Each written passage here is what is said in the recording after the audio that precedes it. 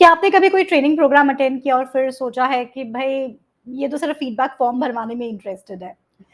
आपने कभी सोचा है कि कुछ ट्रेनिंग होती है उसका आउटकम कोई मेज़र भी करता है और मेज़र करना हो तो आप कैसे मेज़र करोगे? इन सब सवालों का जवाब जानने के लिए रिक्वेस्ट है इस वीडियो के आखिर तक ज़रूर रहिएगा। उससे पहले रिक्वेस्ट है कि मेरे चैनल को अगर अभी तक सब्सक्राइब नहीं किया तो सब्सक्राइब करना मत भूलिएगा। तो आज हम जो टॉपिक डिस्कस कर रहे हैं वो है Kirkpatrick model of training evaluation जो डॉक्टर डॉन क्रिकपैट्रिक ने दिया था बहुत साल पहले और ये यूनिवर्सली रिकग्नाइज्ड मॉडल है to measure outcome of a training कि आउटकम कितनी सक्सेसफुल ट्रेनिंग कितनी सक्सेसफुल है कि नहीं है। तो उसका फर्स्ट लेवल आता है जिसे कहते हैं रिएक्शन, सेकंड लेवल आता है व्हिच इज लर्निंग, थर्ड आता है बिहेवियर और फोर्थ आता है रिजल्ट्स। एक एक करके बात करते हैं। अगर हम रिएक्शन की बात करें तो उसका मतलब है कि ट्रेनिंग अटेंड करके पार्टिसिपेंट को इमीडिएटली फील कैसा हुआ, क्या उन्हें बहुत अच्छा लगा, उनको प्लेजेंट लगा। और अपना जो फीडबैक फॉर्म आप भरते हो लेवल 1 का लेवल का आउटकम है वो हम रिएक्शन जाना चाहते हैं कि जो लर्नर है उसका रिएक्शन कैसे था। बहुत सी ट्रेनिंग्स ऐसी होती है जिनका पर्पस ही फील गुड कराना होता है। उसमें हम कोई लर्निंग बहुत ज़्यादा एक्सपेक्ट नहीं करते, लेकिन वो ओरिएंटेशन प्रोग्राम है या ऐसा प्रोग्राम है जो किसी नए चेंज को इंट्रोड्यूस करना चाहता है और हम उस ट्रेनिंग का आपसे सिर्फ फीडबैक या रिएक्शन मांगना चाहते हैं। सेकेंड होता है लर्निंग। लर्निंग मतलब आपने इस ट्रेनिंग में एग्जैक्टली क्या सीखा। ये लेवल 2 आउटकम मेजरमेंट में आता है। इसके अंदर हम जनरली आपका थोड़ा-सा टेस्ट लेते हैं जो प्री टेस्ट होता है, मतलब आपकी ट्रेनिंग से पहले आपसे थोड़ा-सा सवाल पूछते हैं और फिर आपका ट्रेनिंग के बाद आपसे सवाल पूछते हैं, सेम सवाल या फिर सिमिलर सवाल और फिर दोनों के मार्क्स को कंपेयर करते हैं। अगर आपका पोस्ट टेस्ट का मार्क्स आपके प्री टेस्ट के मार्क्स से बेटर है, तो हम कहते हैं कि L2 लेवल पे मतलब कि लर्निंग लेवल पे ये ट्रेनिंग सक्सेसफुल है। लर्निंग हमारा ऑब्जेक्टिव था इस ट्रेनिंग का कि हमने आपको थोड़े से फैक्ट्स, फिगर्स या कंसेप्ट एक्सप्लेन करने थे और आपको वो कंसेप्ट समझ आ गए क्योंकि आपका पोस्ट टेस्ट का स्कोर आपके प्री टेस्ट से बेटर है। तीसरा लेवल होता है क्रिकपैट्रिक मॉडल का which is called as behaviour. Behaviour मतलब कि हमने जब ट्रेनिंग अटेंड की उसके बाद जो भी लर्नर है उसके बिहेवियर में एक्चुअल चेंज आया। ये बहुत डिफिकल्ट होता है।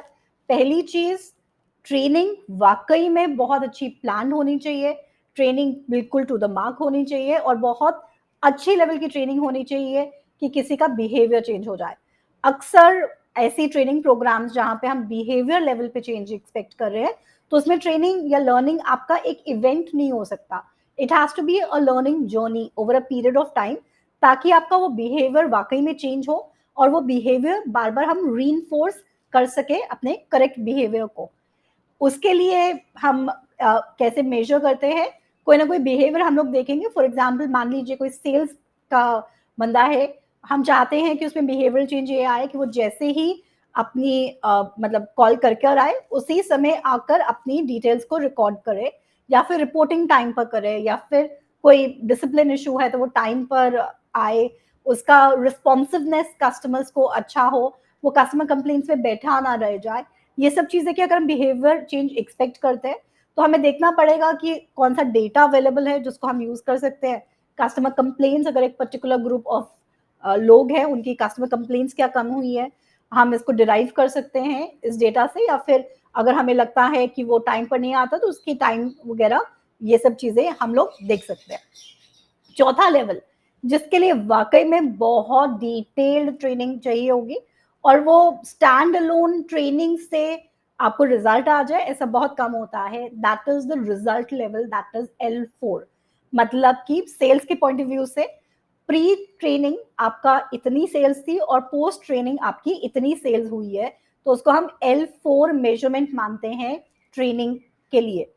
अब क्या चेंजेस आ सकते हैं नंबर्स में आफ्टर ट्रेनिंग? ऑफ कोर्स आते भी हैं, लेकिन इस लेवल पे ट्रेनिंग को डिज़ाइन करना और ये समझना कि भाई कौन से फैक्टर्स हैं जो ट्रेनिंग की वजह से परफॉर्मेंस इंप्रूव हुई है या ऐसे कौन से फैक्टर्स हैं जिसमें परफॉर्मेंस इसलिए इंप्रूव हुई है because of the market condition.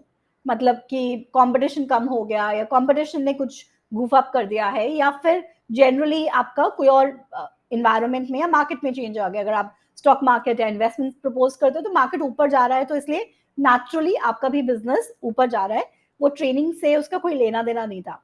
तो डायरेक्ट ट्रेनिंग के साथ उसका रिजल्ट का कनेक्शन बिठाना बहुत डिफिकल्ट होता है।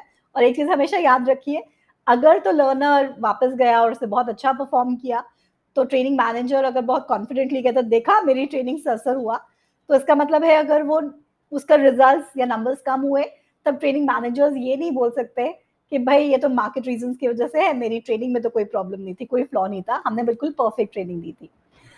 अक्सर होता है कि जब हम business as a training manager, मैं एचआर लर्निंग एंड डेवलपमेंट में बहुत देर रही हूँ, जब हम बिजनेस से बात करते थे तो बहुत बार वो कोशिश तो ये करते थे, आउटकम तो उनको चाहिए होता था रिजल्ट नंबर पे, कि हमारे नंबर्स इंप्रूव हों, तो रिजल्ट लेवल पे L4 चाहिए होता था। लेकिन L4 के लिए जो एफर्ट, डिजाइन, प्लानिंग वो सब लगता है, वो नहीं चाहते थे। वो चाहते थे कि वो L1 लेवल की प्रोग्राम के लिए ही हो। ये दोनों चीजें अलग अलग नहीं चल सकती, इन दोनों को एक साथ चलाना जरूरी है। हम अपनी प्लानिंग वैसे ही करेंगे डिपेंडिंग ऑन कि हमें आउटकम क्या चाहिए। ये एक ब्रीफ था Kirkpatrick model of training evaluation का।